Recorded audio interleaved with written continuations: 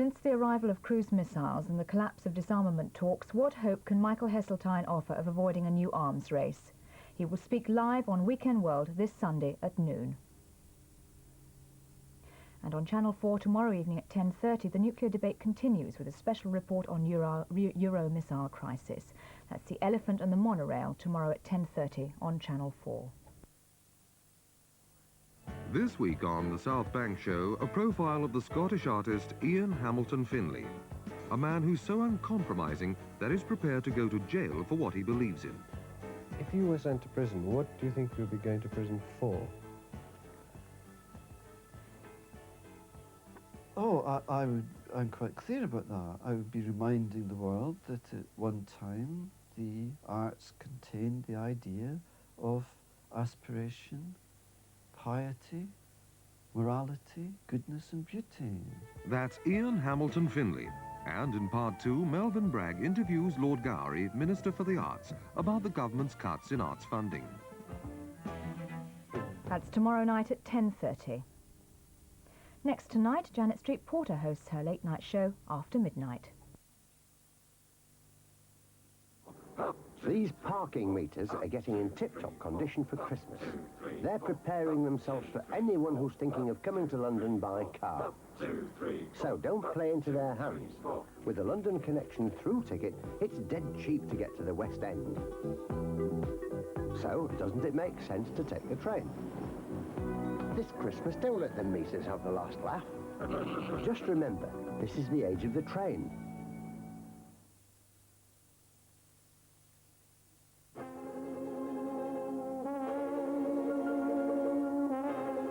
Oh dear, look who tried to shave closer than the Philly Shave Double Action. The electric shaver that comes close to a wet shave. Philly Shave Double Action. No other present comes close. The latest, greatest, ever more spectacular Woolworth Christmas show. Blitz price albums for the music fan. Seven and the Reggae Tiger. Duran Duran.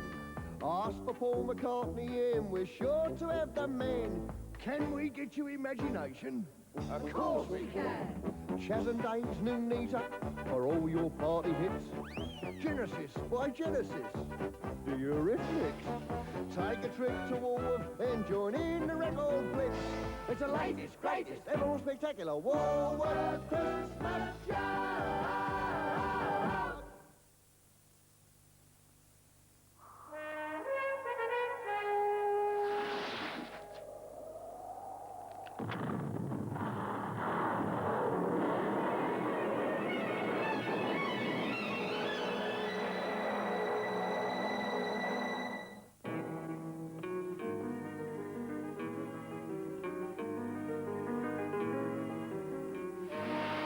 And all because the lady loves milk tray.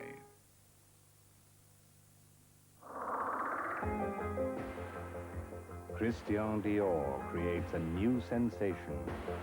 Esprit de parfum. Christian Dior creates a new influence. Esprit de parfum. That lingering magic.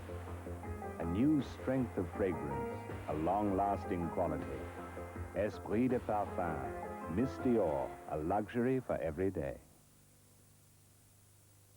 The JVC lightweight video and camera. He didn't get it. The JVC portable stereo with a rather nifty record deck. He didn't get it. The JVC personal hi-fi with detachable radio. You got it. JVC. You might have got it, or you haven't. Whose? Shh. 2 clues.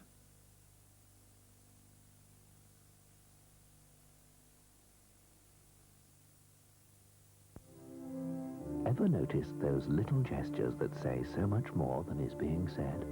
There's the fortune teller. Those who move in high circles.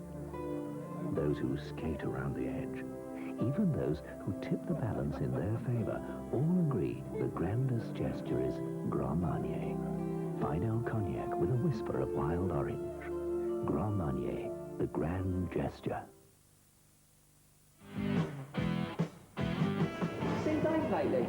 See, Dave, you're joking. You got Jackie in trouble. What, pregnant? What's so clever about that? Oh, come on, everyone does it nowadays. That's rubbish. They should have thought about it a bit more. You could have at least used something. He's right, you know.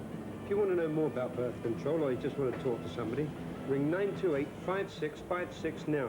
They'll tell you where young people are welcome. Any idiot can get a girl into trouble. Don't let it be you.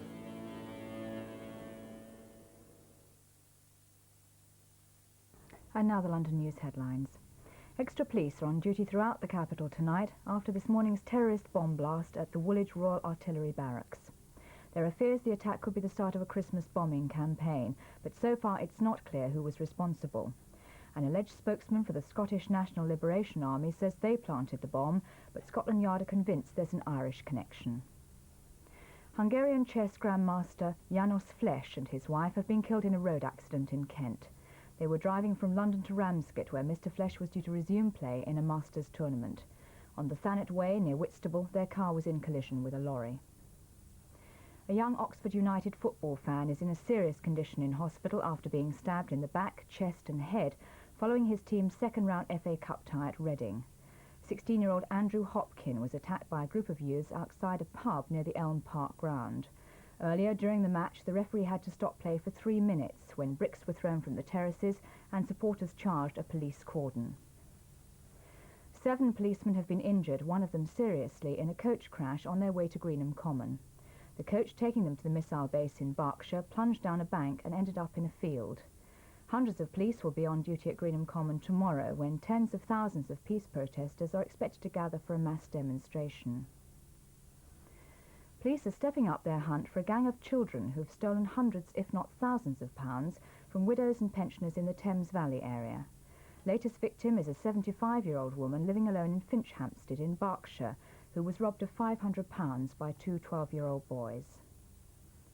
Harley Street sex doctor Peter Stephan, the target of an alleged murder plot by his partner, has separated from his wife Carolyn.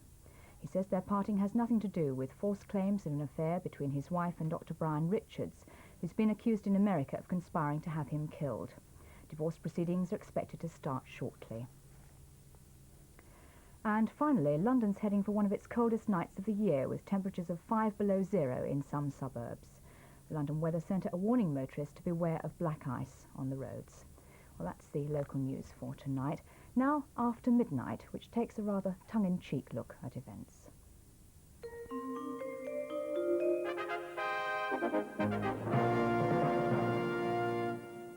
In response to the showing of the nuclear film The Day After earlier this evening, there now follows a change of programme. The Right Honourable Michael Heseltine, Secretary for Defence, puts the government point of view.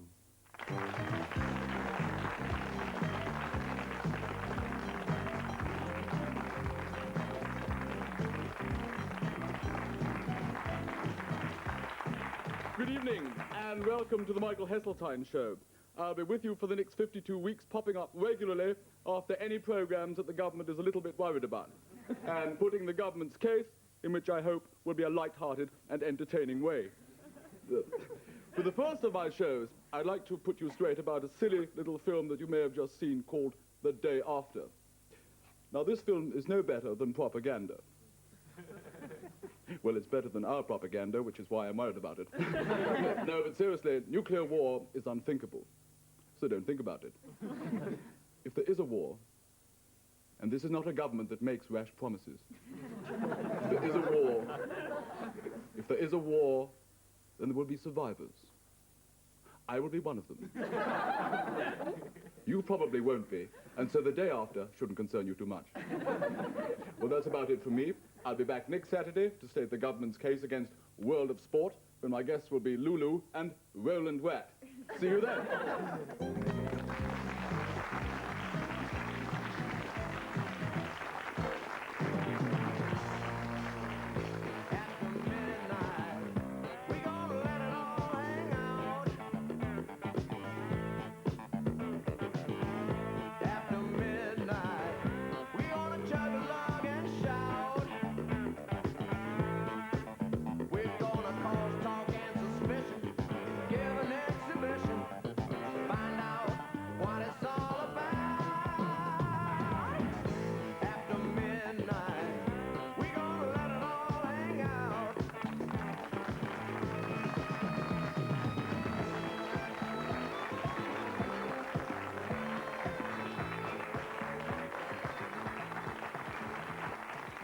welcome to After Midnight, or as we prefer to call it, the Midnight After. Joining me tonight on the world's first post-nuclear chat show are Hunter Davies and Ken Livingston. Now, Ken, where will you be when the bomb goes off? Well, I mean, the leader of the GLC's always had a reserve place in the main government bunker at Essex. So you could be sharing a chemical loo with Maggie? I could get to spend the rest of my life with Michael Heseltine. But I think I've decided it's better just to go out and get a very rapid tan and go with the bomb, actually. So you've rejected your place in the bunker? Anyone who's actually looked at what the situation's going to be like after, wants to go with the bomb. Yes. And have you given anyone else your place? Well, your mum, for example? No, we looked at the possibility of raffling it, but the government wasn't too keen to have any 3 Londoners at random. I get to take 2 people with me, that's the other thing. Oh, so they're not going to go with you either, and No. they'll be on the terrace at County Hall also getting a suntan. Well, wonderful suntan, you'll get there. Now, what about you, Hunter? Have you erected a little kind of habitat-style nuclear fallout shelter in your garden? I bet you have. I have indeed. I bought it 20 years ago. I thought ahead. I've got this beautiful bijou little fallout shelter in the Lake District. Yes. Only it turns out to be near Windscale. Yeah, that's no So good. the bomb goes off, I'll rush up the M1 and get poisoned to death. Actually, I remember the last time we had a world war very well, because we had an Anderson air raid shelter. You remember those, Ken? Those steel things. Well, we never had tables in our house. No, I thought they were what they kind of grow chickens inside, but during the war people lived in them. By the time I was there, they'd all just flooded and were filled with rotting garbage and things like that. Well, we weren't loved attractive. You're supposed to hide under them because they're made of steel. Yeah. That was the idea of them. So we used to live underneath them and live on top of them. We could, instead of living in the bath with the coal, we all sat under the table, Anderson air raid shelter. Well, that sounds really exciting. I mean, I just don't know what to say. I think chickens dig better in those air You raid can understand shelters. him taking security in stamp collecting after childhood like Yeah, that. there's one thing I've got to ask you very quickly, Ken. That haircut. It's not true. What, you don't go to Vidal's A soon? friend cuts it. Really, this story Well, comes it is up so every 6 terrible. I months. don't think Vidal's will soon going to do it. It looks like a kind of hamster crawled all over your head, nibbling at the same time. Did you pay money for it? No, I actually bought lunch in exchange for it. I see. Bribery and corruption going on at the GLC. Next time I'll get your tint. Now, I'm sure all of you who couldn't face nuclear war on TV this evening have been whiling away the time dancing in the streets and celebrating Battle Day, the National Day of the Falklands. By rights, it should have been when Maggie celebrated her finest hour, but in fact the Iron Lady has spent most of the week straightening out the dents in her armour. Ronnie Reagan rode roughshod over her in the Lebanon, Mitterrand massacred her in Europe, and even her own supporters have gone on sniping from the sidelines. France's Don't Vote Tory Pym and James Mr Loyalty Pryor have once again been whimpering about a new kind of leadership.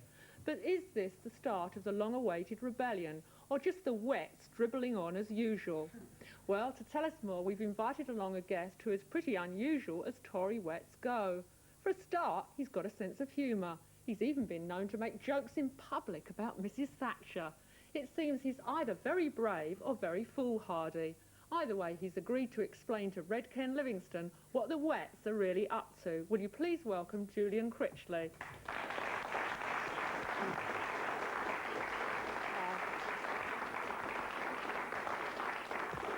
Well, Julian, welcome. I suppose many of us take a look at Mrs Thatcher, the most right-wing Prime Minister that we've most probably had this century, and wonder how it is that the Wets have let her get into that predominant position. What's gone wrong in the Wets strategy in Parliament? Well, the Wets haven't done very well, I must admit it. Every time there's a cabinet reshuffle, we lose a place. But as Margaret's boss and she can pick and choose, we can't choose our own cabinet. But there are things that have been happening which are not altogether discouraging. For example, we've even spent more money, and there has been something of a boom. And that is due to the government spending more money than it said it was going to. So there's always been a huge gap between Margaret's rhetoric and the reality of the politics that she's pursued. Is this why the right wing in the party are now starting to criticise her for the first time? Well, yes, indeed it is, because I think they've started to spot that there is a difference between the rhetoric and the reality. But more particularly because of her failure, I think she was quite right, actually, not to support Reagan in the invasion of Grenada. We are in the very unfortunate position that we are, like it or not, members of the committee to re-elect the president. And it's going to take another year before, in fact, that happens. So what's the Wets' long-term strategy? How do you try and get control of the party back to the old guard? Well, in the long term, of course, somebody must succeed. Margaret, she can't live forever, despite rumours to the contrary. She could go on to the year 2000. She'd only be 75. I rather think that's unlikely. But the answer to your question in the long term is, of course, to choose a leader of the Conservative Party who will succeed her, who is in the old tradition. And you've already been most unkind about him tonight on this programme. So the Wets are going to back Heseltine? At the moment, I mean, I'm looking a long way ahead. It's either between Michael, who is clearly, I think, a moderate and might well be the candidate for the moderates. You may laugh. Or Peter Walker. So the moderates have a choice, as it were, between Peter Walker and Michael, looking 5 years ahead. But with the influx of the real hardliners in Parliament, I mean, surely there's no chance of stopping Norman Tebbit when the succession comes. You mean the Prince of Darkness? Yes, the Prince of Darkness. Over my dead body. Well, he most probably will be prepared to do that. At the end of the day, I mean, surely you're going to find a position where whoever the moderates back is going to go down the tube and you'll end up with the Prince of Darkness. And then you'll have to decide the sort of question that's been done. I mean, what really are the moderates still doing in the Tory party? Well, if we end up with the Prince of Darkness, and you're only trying to frighten me because we're near Christmas, I shall go to California and become a butler, and my wife will do the garden. You won't go to the SPP? Good God, no.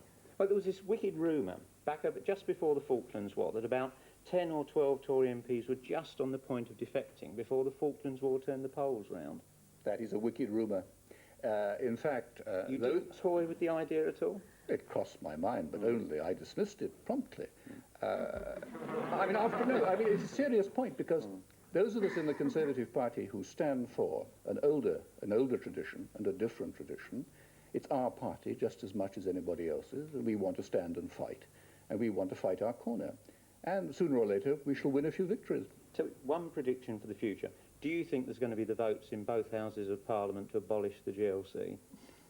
We shall abolish the GLC, but we shall not abolish the other metropolitan authorities. Do you think I'm worse than the others? Yes. A sort of left-wing Prince of Darkness? I've always believed, until tonight when I've actually met you for the first time, that you were invented by Conservative Central Office. Well, now you see three-dimensional, Julian. But can we talk about another person people have been very worried about whether he exists in reality, and that's Ted Heath. I mean, how do the Wets get on with Ted Heath these days? In a way, he was a kind of pioneer Wet for you, wasn't he? Well, he's a very able man. He tried very difficult. Yes. Very difficult. Very clever. Yes. Not very gregarious, but with a tremendous vision. What are you trying to do? What are you persuading me to do? Do you think that you're trying to persuade me to flog his books for Christmas? Music, would you like to have Ted on your side? He is on my side. Yes, but are you pleased to have him as one of your gang? Indeed I am. He's a very impressive man. You don't think that he's a vote loser? I don't think so. No. Hunter, do you... Julian, can I ask you about Neil Kinnock? I was in his office last week and he's got pinned up on his wall a notice which says, "More Kermit and less Kinnock." Do you approve of that? Are you scared by Kinnock arriving on the scene? Well, I like Neil Kinnock. I think he's a very engaging man, and he has an immense advantage You're speaking like a butler. Over Michael Foot. Michael Foot is engaging in private, but on the box or in public, he always came over as a very curmudgeonly, extreme old man. But he's charming in private. Now, Neil is engaging in private and engaging in public. And therefore his challenge on the box, I think, is really is one that the Tories have to take seriously. Julian, what do you think of right-wingers like Nigel Lawson? I mean... You mean the fiddler on the roof? Not one of your favourite people, then? Nigel, if you meet him, and if you were stranded on a desert island with Nigel, he would build the hut. He would build me a hut? He would indeed. Even He'd charge for it.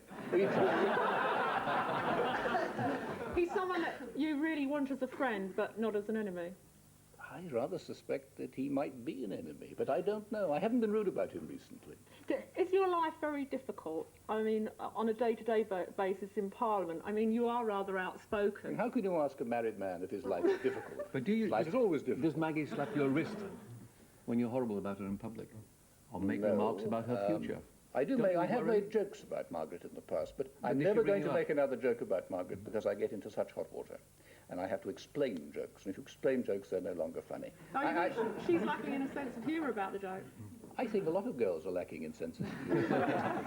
She can't, I mean, is it hard for her to understand the jokes and the impersonations and things that are done about her? I would have thought so. She's a very serious lady. I mean, she's a very formidable woman. Has she got a bit dopey at the moment? We keep on reading stories that she's over the top and lost control of what's happening. I don't think that that is likely. So far, she gets the better of Kinnock at Prime Minister's questions. But I've always regarded Margaret with a mixture of apprehension and admiration. Well, I can't wait to hear more. Now, going on to another subject, all this week there's been a lot of talk about televising the House of Lords, but in the House of Commons there are still some lingering doubts. Some MPs are scared that they won't even be able to leave the chamber to go to the toilet without worrying about it turning up in slow motion on Weekend World. But apparently there are quite a few MPs who are very keen on the whole thing. Who knows, we may see some of them turning up on other television shows. Can we expect to see Game for a Laugh with a new outsized presenter joining in the fun? Or a fine romance with a new happy couple turning up at the breakfast table? Or the Chinese detective featuring an impressive bit of method acting? Or finally, we may see Ivor the Engine with our very own political star in the title role. Ken, what on earth are you doing in a fireman's helmet? It was for charity. Oh. That was all.